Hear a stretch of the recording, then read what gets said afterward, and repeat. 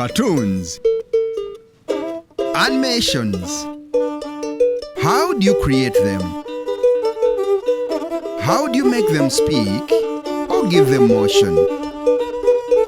What is the science of making animation films? All these questions and more on the science of Makere University.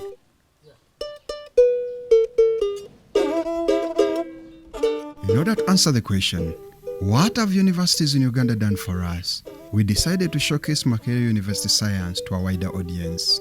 In the first part of the series, we documented AirCore, an app created by Makere University that helps the public to know the amount of pollution in the atmosphere at a particular time.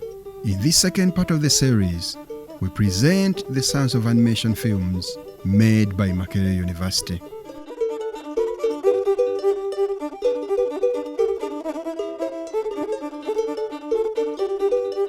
For hundreds of years, Ugandans relied on a system of informal education that used storytelling as a way for elders to relay historical events or tell stories that depicted community values of right and wrong, spirituality, among others.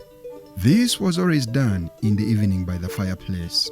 In public spaces, for example schools, music instruments like drums and xylophones were used for both entertainment and education. In this song, Jabala, a mother passes down some wisdom to her daughter on the subject of hard work.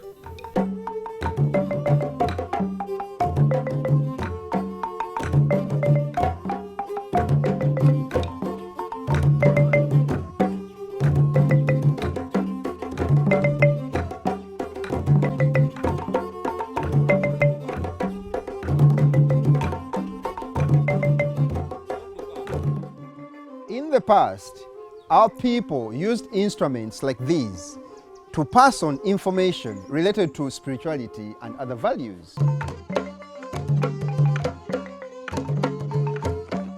Due to the commodification of every aspect of our culture, tradition, like these instruments, has been reduced to a digital form, so small that it could fit in my hands.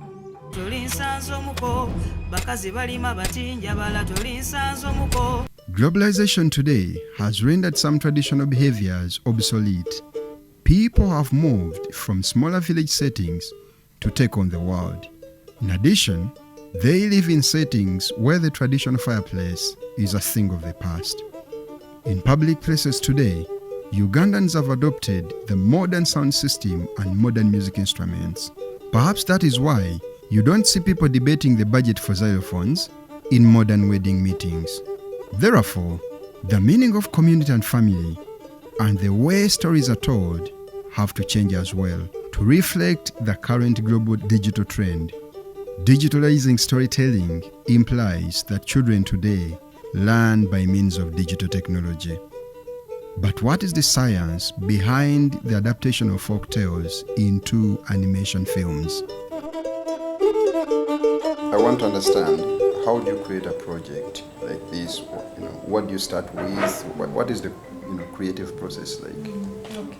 The idea comes from something you've been passionate about, and you may not even be aware that you are this passionate. In my case, when there is a persistence in a thought and an idea keeping on getting to my mind, it is a need that I need to do something about it. And usually from that idea, I quickly jot, and with time, you build on that. Now, with specific reference to this project, which requires creating characters, different characters, I spend time with creating a character from beginning, how I want this character to be and how it has to end.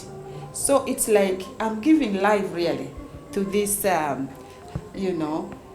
fictional character that is there. And sometimes it takes a very short time for it to happen. Sometimes you labor.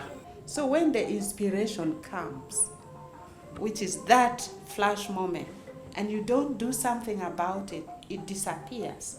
So the rest of the time, which is labor supporting the inspiration, has to also happen consistently. So sometimes it just comes and hits you. You leave everything else and devote to that moment. Once Professor is done with story selection, she must go to the studio to turn the words that have been long passed on by word of mouth from generation to generation into moving pictures.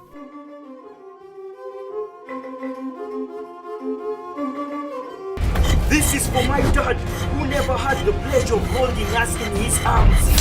For your great courage!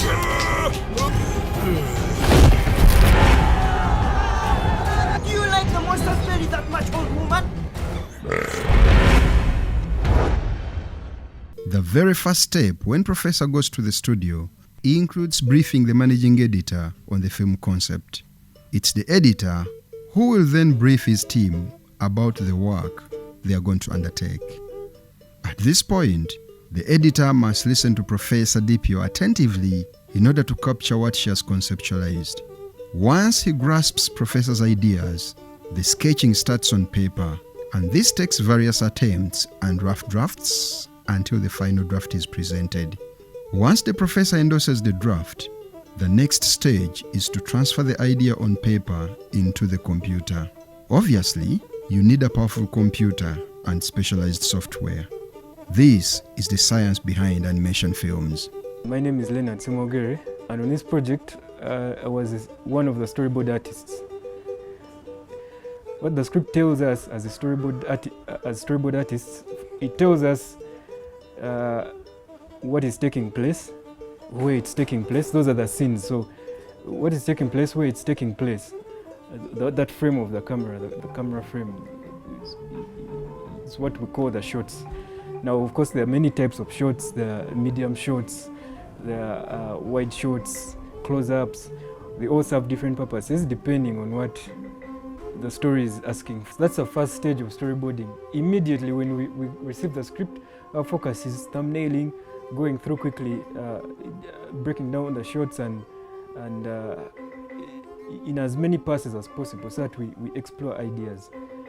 Then once we have a thumbnails that we are comfortable with at that stage, then we are comfortable moving to the computer. So in the computer we use digitizers, digital tablets, where we are able to draw and it reflects on the screen in the computer. So it's there our digital workflow begins. So already at that point, simultaneously we are developing characters, simultaneously we are developing environments, because remember, as you said, the script indicates the locations where the acting is going to take place. Whatever is being described in there as per the acting, there's a location given at each stage, at each scene. So even at the storyboard stage, we're already thinking about the locations, developing them, what assets are going to be needed. For example, in Javala, you have a scene where she's digging, and we cycle through different types of gardens she's digging in. So at that stage, we're thinking about how is the matoke garden going to look like, how is the vegetable garden going to look like, how are the flowers going to be looking like. And at the very initial stages, so we incorporate all that in the storyboard at that stage digitally. Then once the storyboard is done, we work in passes. You know, you can't get right at the first take. So one pass is done, we send it to sister, she looks at it, she gives her feedback. Even team members look at it, the animator looks at it, Richard looks at it. So everyone in the team gets a chance to look at it. Then all that feedback is collected. Then we move on to audio, recording the audio. Because now the audio we need the storyboard works hand in hand with an animatic. There's a stage called animatic. At that stage, at the animatic stage, we're just, if in a broken down sense, maybe I would call it timing the storyboard. Basically, I head the entire 3D department of the studio. If it's a project to do with 3D, then that's my domain. Yeah. So when I get after the script has been finished and the storyboards have been done, we start. I look at the characters, and I start modeling the characters. For example, if you look at Njabala, when it comes to modeling Njabala, it's different from modeling Opia Nodongo, which is different from modeling Leah. If you look at Leah, Leah is from the north, she's darker. The mother is darker, she's taller. Opia Nodongo, they aren't that dark, but they're darker and taller. They have that Nilotic look on them. So you model the characters. Basically, you start with simple primitives and you end up with a character. Now, with the characters, usually after I'm done with the characters, I send them to the client, who is Sister Dominic DPO in this case, to approve. Because sometimes she has changes, like, no, that doesn't work, this will work, that doesn't work. Yeah, so when she approves the characters, then I rig them. Rigging is basically, I put a series of controls. I put a skeleton in the character, because when it's modeled, it's just points. It's just a bunch of points in the computer. So you have to put joints or skeletons. There's a skeleton, so there's a joint system whereby those points will follow. They'll follow just like the human anatomy works. You have the skin, you have joints. After rigging, then I start the animation. And for the animation, usually what's it called? The blueprints for the animations are laid out by the storyboard and the animatic. Remember, when the storyboarding is done, the storyboard images are, the sound is put with the storyboard, and we create what they call the animatic. It's basically a rough blueprint of what the final product will look like. Before I start animating, I kind of have to lay out the scene. So I get the scene. Let me say, in this shot, we're introducing the monster in Opia Nodongo. So I know that I'll have an establishing shot, so I'll have to establish the environment where the monster is. And also know that, for example, I know that I'm going to shoot the monster from below him, so that he looks to the screen. So after laying it out, it doesn't have to be accurate, it just has to be rough. Because sometimes if the animation is a lot, someone else helps me animate. So basically, depending on the information the animatic and the storyboard have, we start animation. And for animation, it's basically you give life to the character. You make the character move. They basically tell the story. Because I think animation is defined as the external expression of the internal reality of a character, something like that. If I'm angry and I'm talking to you, I won't talk to you the same if I'm calm and I want to. For example, I could give you a simple dialogue like, "Hey, how are you?" Simple, just how many words? "Hey, how are you?" 3 words. If I'm angry, it's not the same. I won't say them the same as if I'm happy. I won't say them. If I'm your father, they won't look the same as if I'm not your father. After animation is done, usually we collect all the animation with the audio and send it back to the client, who is Sister Dominic DPO in this case. She looks at it, and she because if you go further, she may have corrections and you've invested too much time. With modeling the background comes the texturing. But texturing means basically the character I had, because usually I put a plain material in the character, not to distract the animator. The character I have, maybe I'll give it some bit of skin. I'll give it some bit of skin, some hair, the clothes, give them some patterns, some designs.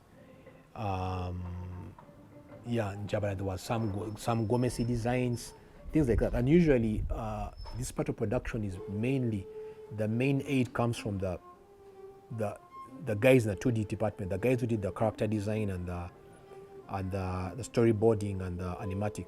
Because usually when I want textures, I say, "Hey Leonard, I need a Gomesi texture. I want you to have some greens and some purples," and then he will do that. So after the texturing is done, we go to the characters are textured, the environment is textured, then we do the lighting. Lighting means we introduce lights. We introduce, for example, if it's a scene, it's a day scene, our piano dog are going to let's say they're going to look for materials to make weapons. Then of course you put the sun, you know the sun is coming from that side. Then maybe you can add some individual character lights that, you know what, when you're moving, I want this light on you to aid the camera. Yeah, I want this light on you to, as a main light, I want a key light, so you rig basically, you rig some lights. By rigging lights, I mean, you make sure when this character moves, the lights, his individual lights move with him. But then the environment stays lit with the sun. What's done next is called rendering.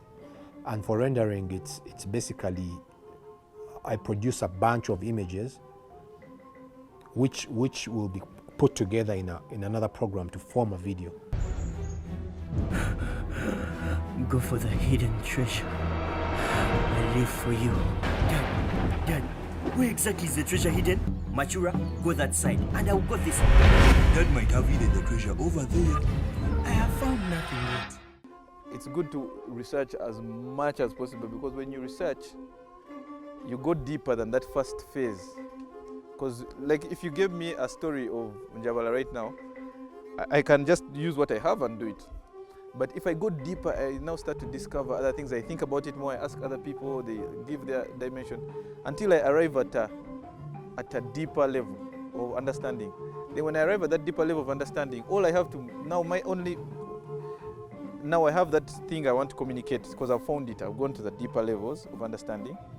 Now when I reach that deeper level of understanding, all I have to care about is transporting that back to the audience in its form. Whatever I want to, like let's say what I've just told you about Njabala. I want to preserve that part of Njabala that says, go back to your mother and ask questions which you don't understand when you're in a home. So now that is the preserving of the culture. Now when I'm sure about that, all I have to make sure it's entertaining. So by the acting, the gestures, the dress code. In fact, it doesn't matter if Njabala is dressed like today, tomorrow, or the past. As long as I preserve that message, I'll have preserved the culture, and I'm sure I'll have the entertaining quality of the film, but the message, then the culture moves on properly. The motion picture studio gives Professor only half of the work. The second part is to be done in the audio studio. I record voices using a microphone. The first recordings we used 2 microphones. We're using condenser microphones, MXL 990, and it records very good audio. That's what I use for recording. Then I put it in a computer, I edit it, then I master, then we put it on the video animation. What makes this project interesting is that it creates an intersection between science and the arts. The animated stories must have voice characters. This is when Professor Dipio solicits the services of the university's MDD department. Leah? Yes, Tata. Bring me some water in a large calabash. I am so thirsty. This project is about animation. Yes. And I'm sure you have had experience working in non-animation drama, Yes. maybe on stage or film. Where are the differences? For screen and stage, it is rehearsing the lines and presenting them on stage, like everything goes all together. That is voicing and also the voices and also the physical appearance everywhere. But with animation, it is voicing first.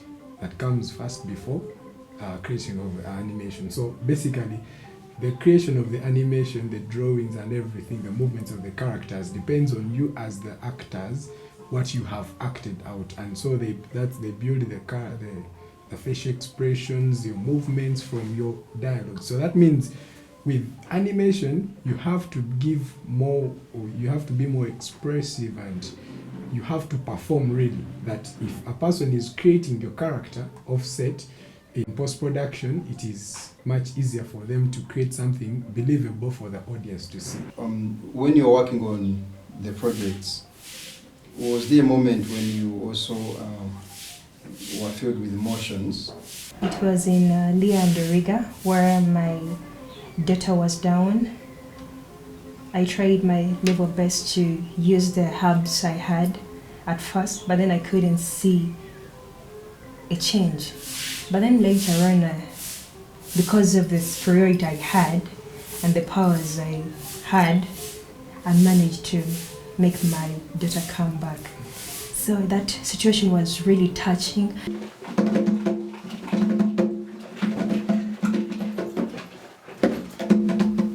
As a person involved on this project, but also most importantly, someone that is part of Makere University.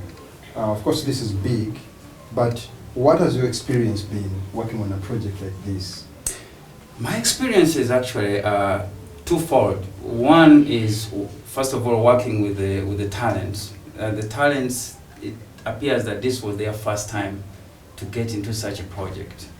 Incidentally, I think they had never had anything to do with animation and music and then acting. So usually at the department, we separate these actions. There's music on the side, there's drama on the side, and there's dance. But of course, this project sort of brought the talents together.